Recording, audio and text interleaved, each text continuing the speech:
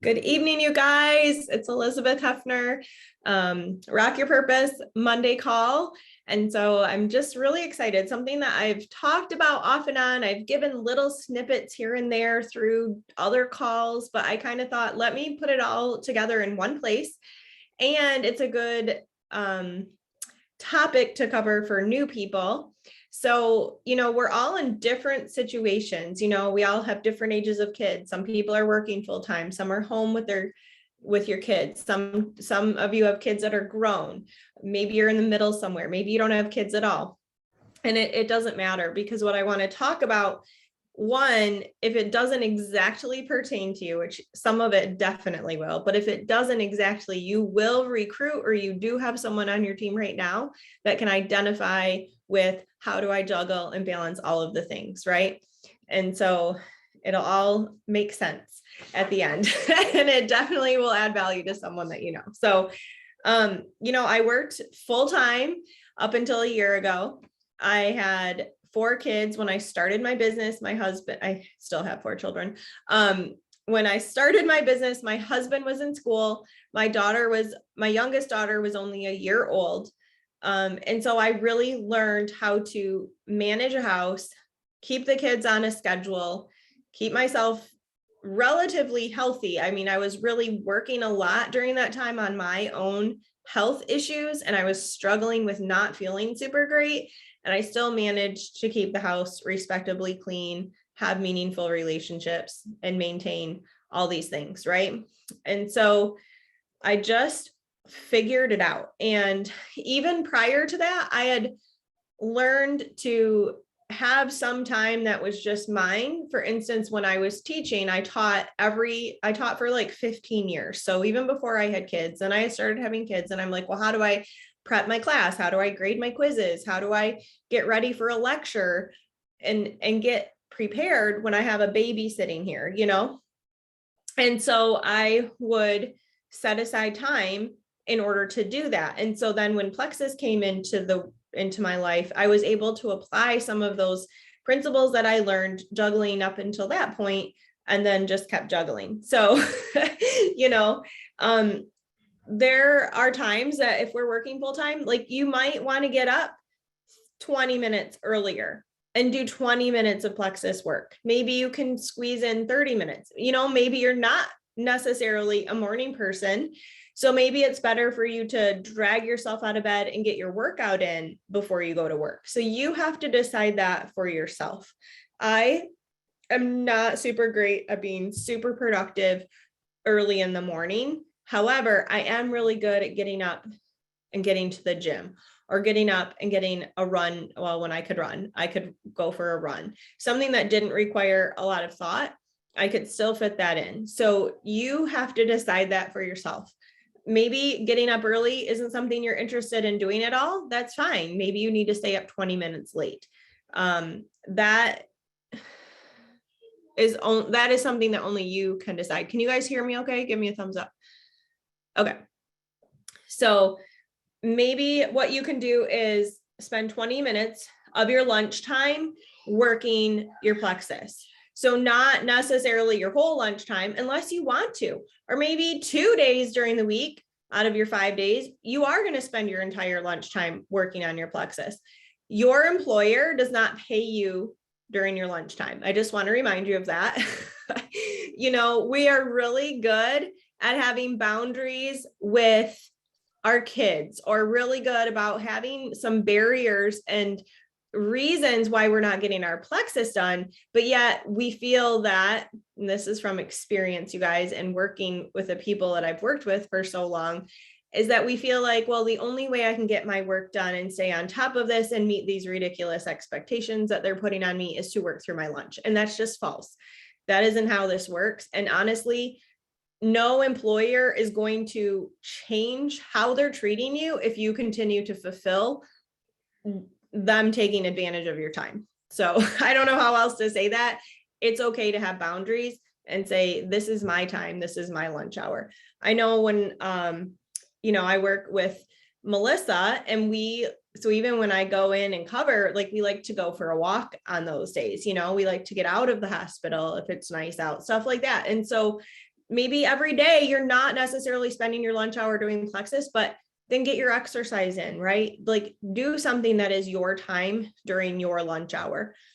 And it could be, like I said, it could be a couple days a week you're spending part of your lunch hour. Maybe a couple days a week you're spending all of your lunch hour. Only you can set this schedule for yourself, but I'm giving really easy ways to fit in your Plexus to help you start thinking of what could work in your life.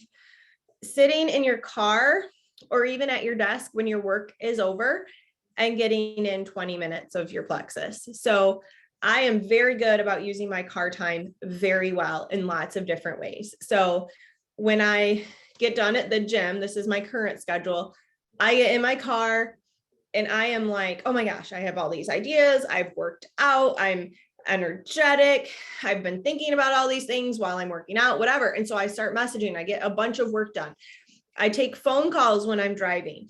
I listen to my Audible while I'm driving. I pull up team calls that I can listen to while I'm driving. And then I also, when I was working, what I would do is one way of my drive was Plexus time, and the other way of my drive was prayer time. I did that for a season. And then my one way of my drive became a time I could talk to my mom. So that really came into play when I lost my dad, to make sure I was checking in with her and having that uninterrupted time with her versus being at home and kids coming up and talking right to me. So another thing you can do when you're working is maybe one way of your drive becomes your Plexus time of some sort, Audible, training videos, training calls. I had one of my teammates would go to work early as well. And so we would talk on our way to work in the morning. It worked out great. It wasn't taking time away from family at all because it was 6:30 in the morning. It was perfect for both of us.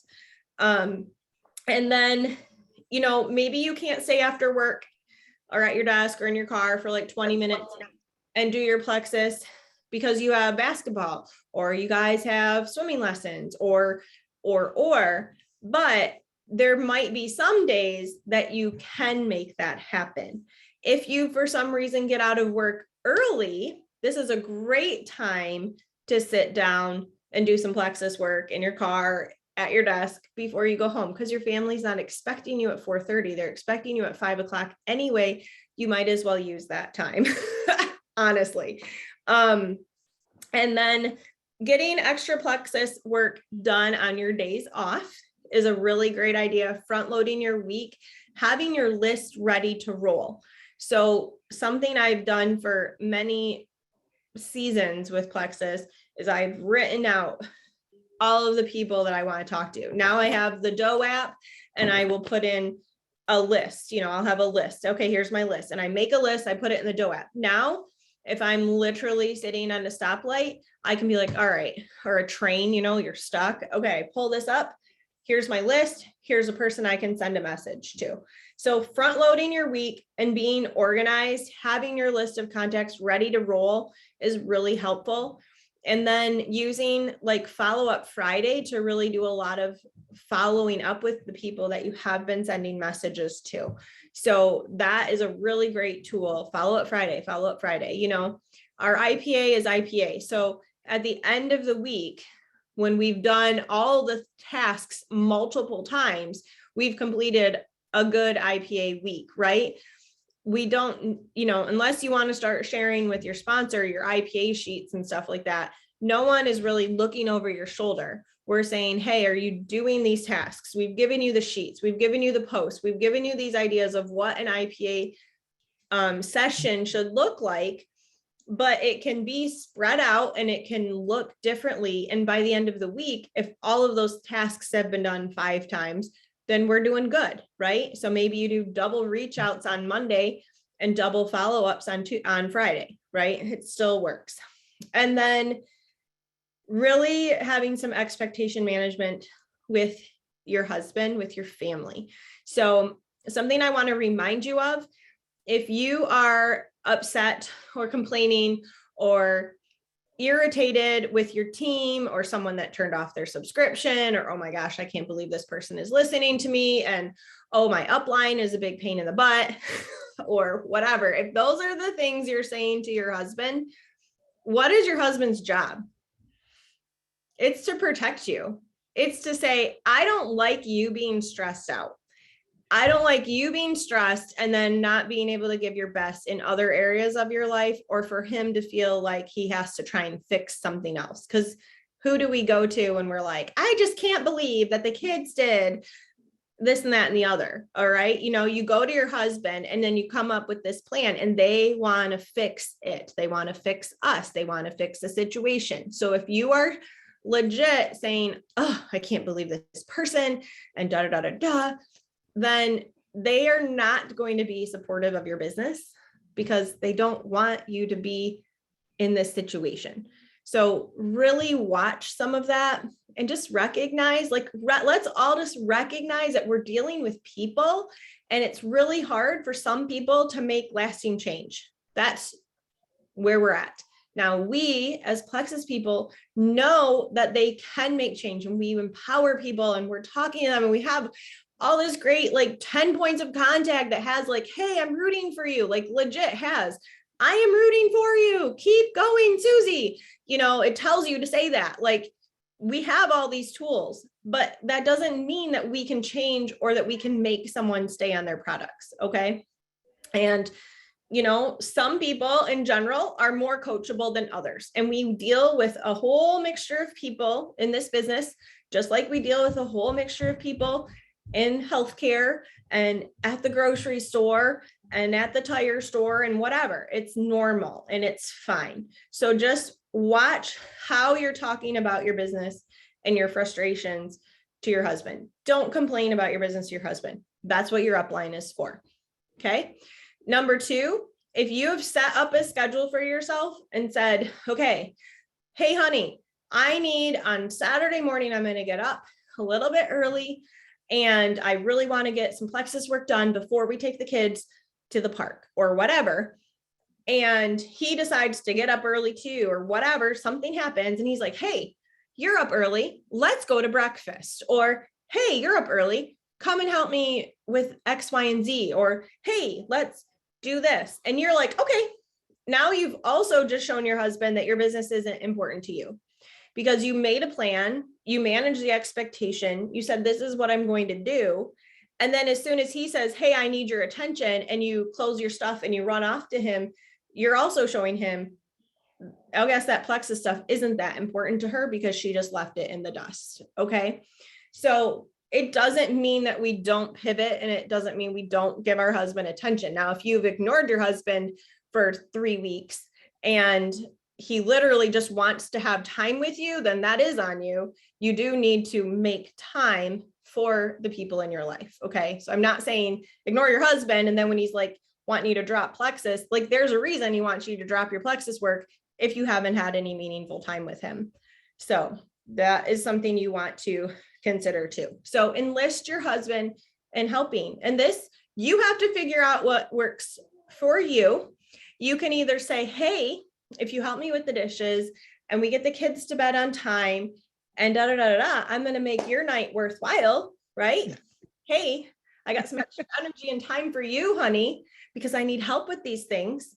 Or you can say, hey, I'm going to like give you lots of attention right now, and then I'm going to go off and do these other things that are important to me. You have to decide how that works in your relationship, if it needs to be a carrot dangled out there, or if it's just I'm going to prioritize you first, and then I'm going to let you know you're the most important, and now I'm going to do these other things that are also important to me. Okay.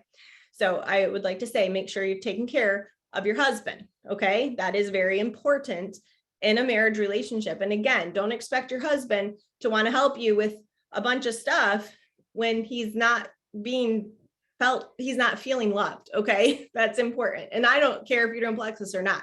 Make sure that your husband feels important to you. Okay. And then don't try to purge your house, remodel, fix the landscaping, clean out every closet, and make your house immaculate all at the same time. Okay. We are already juggling a lot of life. So if your house isn't used to being spotless, when you're starting a business like this, or you're getting rolling with this, why would you all of a sudden go, all right, now my house needs to be spotless too. Why are you putting that expectation on yourself and that stress on yourself? A doctor told me, so it's a doctor that I found I love at the hospital, like Barry, I respect him a lot. And he said, how many kids do you have and different things. And and he said, well, your house should be clean enough that no one's getting sick and dirty enough that you're all having fun and spending time together. I'm like, I'm got that down. Okay. My house, if you say, hey, Elizabeth, I'll be over in a half an hour, I can have it pretty, like, it's okay. Like, I won't be too embarrassed of you coming over. I mean, I might shut my daughter's bedroom door and my bedroom door, but you can come into my house. You can use the bathroom and not be grossed out. Like, it's okay. Things don't have to be absolutely perfect, but we've done big projects through this whole thing. While I've worked Plexus, we've remodeled bathrooms. We've done stuff to our outside. We obviously went through this whole first floor remodel that I'm still traumatized about, so you can do those things. Just don't try to do it all at the same time. All right, moving on. Searching the team page. I want you all to do this. There's a post. It's an IPA post. And if you search IPA, or if you just search 3, 6, 9, 12, it tells you exactly how to do a really, really good IPA session in 30 minutes by setting timers. Okay. So it breaks it down. It says, hey, reach out to this many people, make 2 new friends, setting a timer. It shouldn't, what does it say? Set your timer for 3 minutes and you're going to start your work time off with a positive mindset and say your positive affirmations, read positive quotes or writings, meditate, pray. Now this is one too, like I could easily get stuck on praying for like 30 minutes and just being like really mindful of that. And that's okay. We want to pray for 30 minutes, but that doesn't necessarily need to happen right at your IPA time, unless you want to have a 60-minute IPA time set aside. Okay. So we're talking IPA specifically.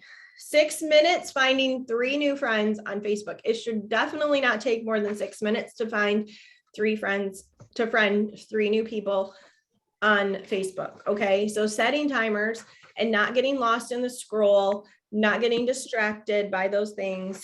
And then doing 9 minutes of following up, definitely important. And then 12 minutes is your new reach outs. So that seems really doable. Now, if you have really big goals and you really have a lot of people that you've been talking to, then you need to maybe squeeze in another timer at some point during your day and do another 12 minutes of following up or 12 minutes of reaching out. Okay. It's all right to like repeat it or to double the times on here, whatever. But I'm just saying the breakdown, the setting the timer and not getting stuck is really helpful.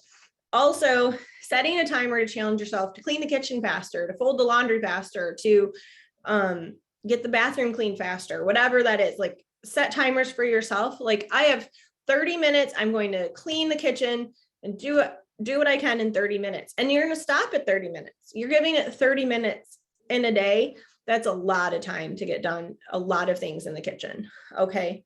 So challenging ourselves that way. Okay, moving on to some household tasks. So household management, set a schedule for yourself. Have Monday be your laundry day, or it's your floors and bathroom day. Tuesday, maybe that is your floors and wipe the baseboard day. I don't know. You have to decide what tasks that you want to see done every single week.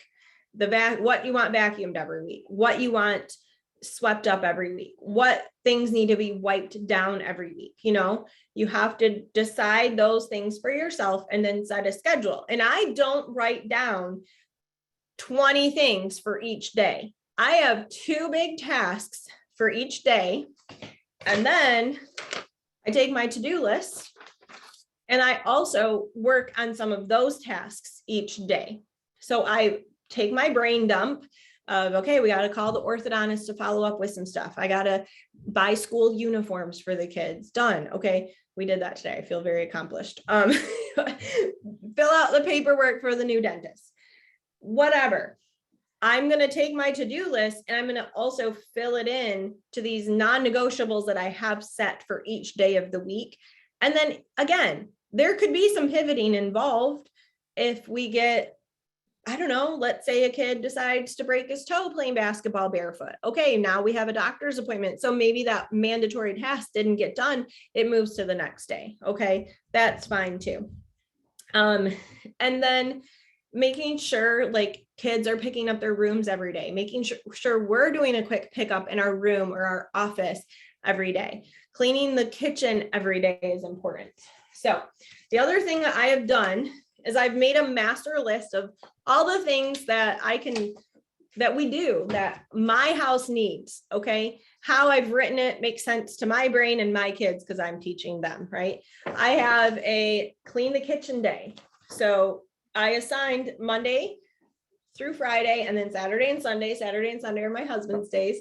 And he does help on the other days too, but those are his days.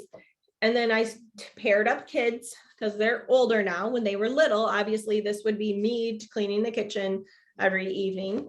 But then I also wrote out for them what cleaning the kitchen looks like, what they need to wipe down.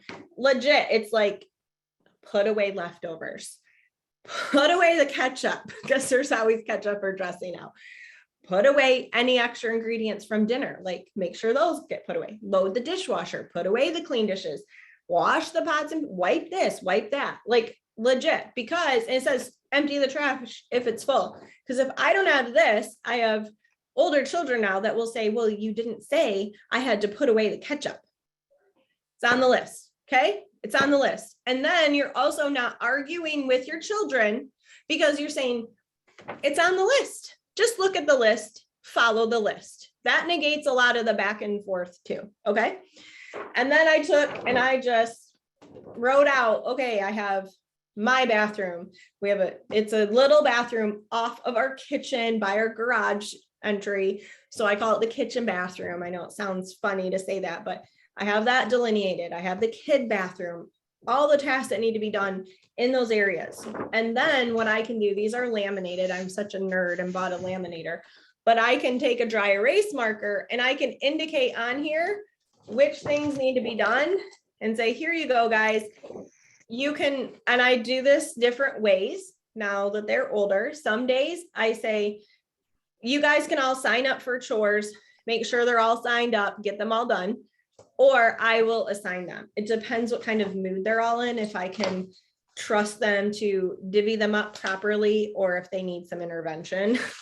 And then we're missing a clipboard. I have 4 kids, right? I only have 3. One of them is probably hidden away because she didn't want to actually complete those things or something. I don't know.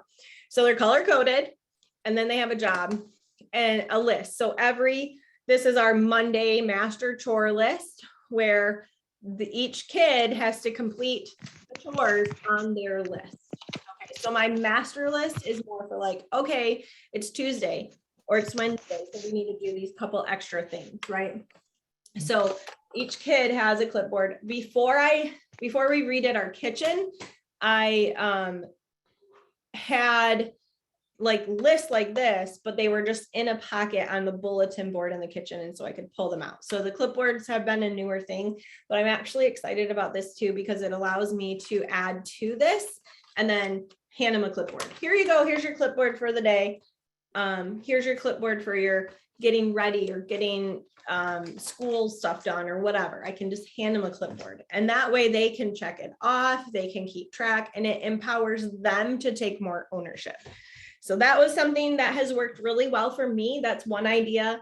It truly has worked very well for my family and my kids. And I've tried different things on the fridge and the magnets and the rewards and the suckers and all that. And it's annoying. The other thing I did when my kids were really little, I don't know where they are from our kitchen remodel.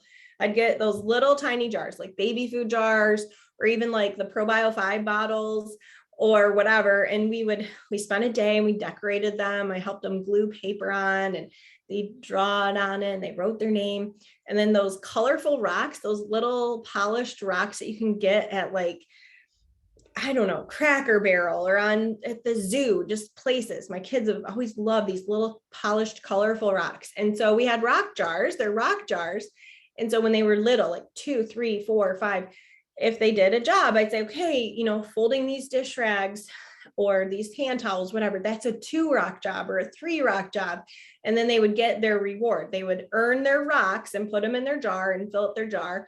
When their jar was full, we sorted the jars and they got money. It was kind of cool. It was really motivating. Look, my jar is full. I get to count out my rocks. I get money, whatever. And I just made it up kind of as I went. That wasn't super it was not super organized, but it worked way better than trying to list out a bunch of stuff and check things off on a big master list on the fridge or something.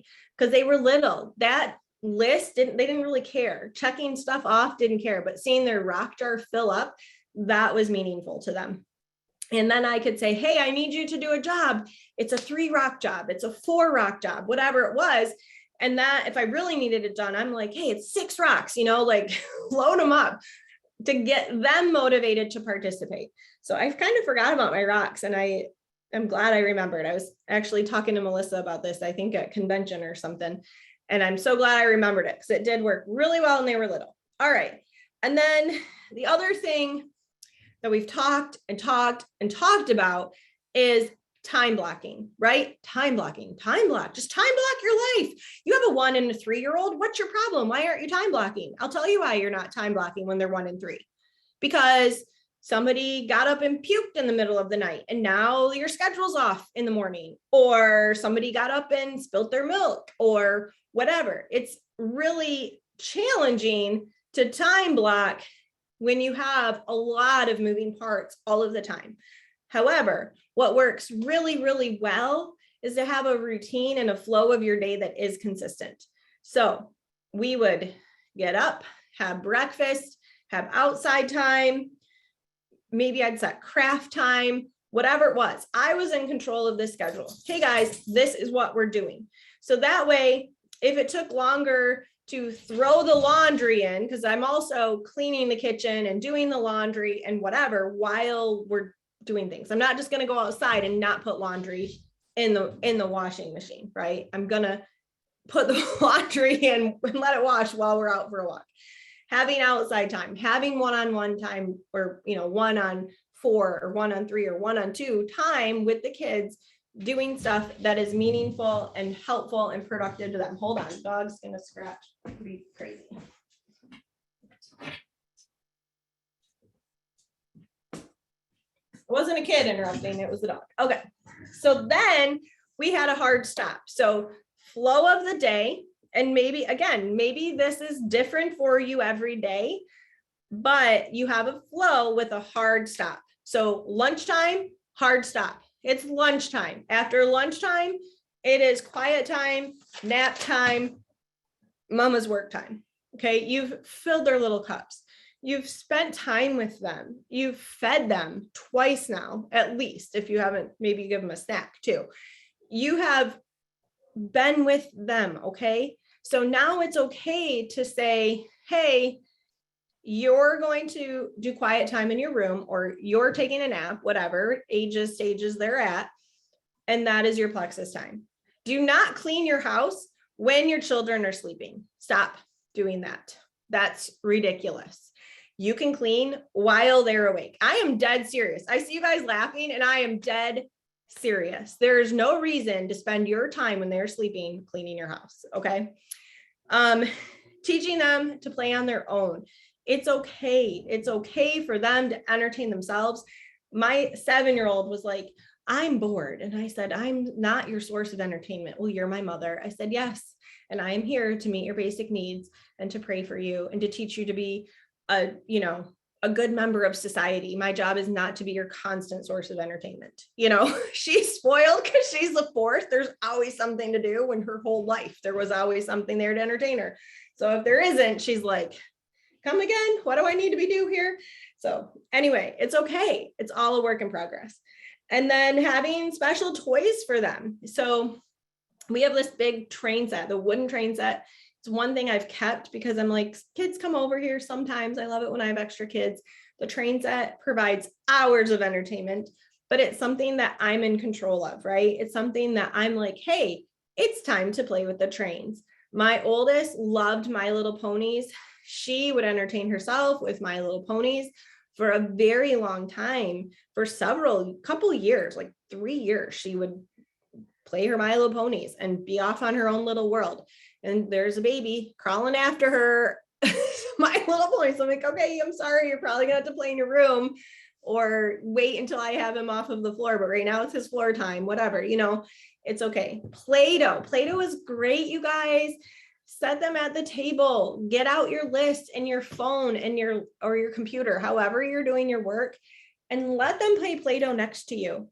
That way you can say, hey, you're going to play Play-Doh and I'm going to be here with you, but I'm going to help some people feel better. Just like mama feels better drinking her pink drink, I'm going to help show them.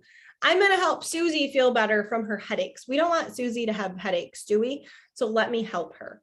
Okay, you can show people, you can show your kids, like, this is who I'm helping right now. So they don't think you're just playing games on your phone. Maybe there's, that paint by water, those paint by water books. Grab some of those. They're not making a mess. They're sitting here, they have their water and their paintbrush, and they are going to town, and it's a beautiful thing. Magnet blocks, other blocks, just special things. And it depends on your distraction level. I can block out quite a bit. So louder toys don't necessarily bother me while I'm working.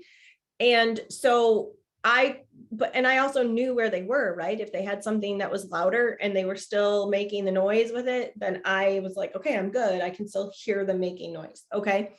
So things like that. And then it is okay to get rid of toys as they're aging out. It's okay to pack stuff up and put it in the basement and rotate. I had like 2 big bins, and I would put stuff away and then, switch stuff out so that they had new toys that they would forget about. And they play with more when they can easily get to what it is that they're wanting to play with and what they can see. If everything is just so much stuff, sometimes they have a hard time getting through it, or their dumpers. I never had toy dumpers. If you have toy dumpers, I am so sorry. That is definitely a good opportunity to say, we are not getting anything else out until this is put away. Definitely training that up.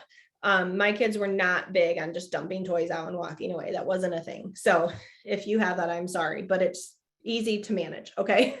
And then so then you could have work toys. Like it's mama's work time.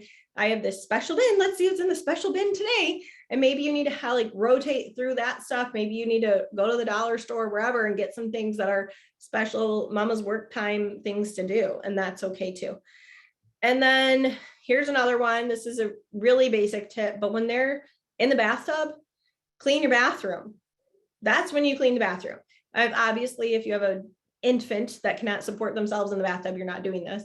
So, but by the time they're, 7 months old, 8 months old, they're sitting there splashing around, clean something really quick, spray the mirror, whatever it is that you can do while they're in there. My bathrooms were really clean when I had little kids. And then clean the shower when you're in the shower. Sometimes you can use like a visual aid for your kids to let them know that I'm working. So maybe you get a special light, or maybe you put a special, a flower, a decoration, something. Hey, this is my work time. This thing here is showing you that this is mama's work time. And so do not interrupt while I'm doing my work. If that is something that you need to do, if you really are distractible and you get derailed really easily, maybe you need to teach them, like, this signal means that I'm working and I can't have you interrupting me. Mine now, I have a physical barrier. I have my office. And so it's a newer thing for them. It was almost better when my office was just a corner of the living room. They weren't interrupting me as much. It's like the door is like this invitation to come on in. So we're still working on training that, and that's okay. It's okay, because we're all learning and growing. And I already mentioned this, but just remember, it's not your job to be their entertainment 100% of the time. And when they got a little older, going to the park became mama's work time. I would set the expectation, hey, I'm going to play with you. I'm going to push you on the swings. I'm going to walk up to the water pump with you, whatever.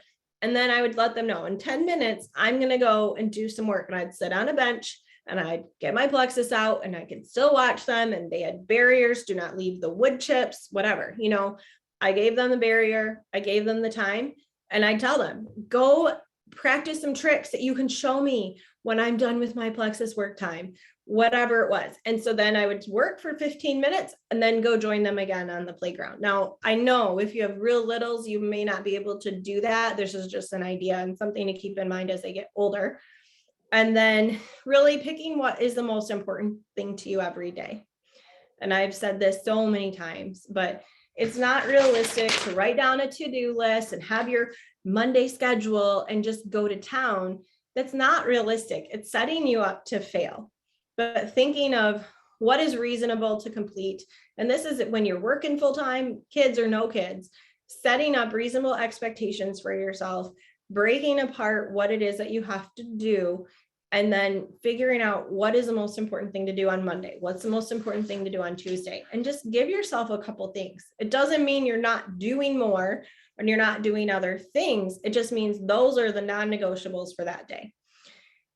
Really helping, making sure your kids are seeing you do the housework, giving them little things to do their whole life, give them they make so many cleaning products that are safe now, those special cloths that you just put water on for the windows. Like, you know what, your windows might still be smeary, but they're learning to do the task. And that is what you're expecting right now, not your windows to actually be clean.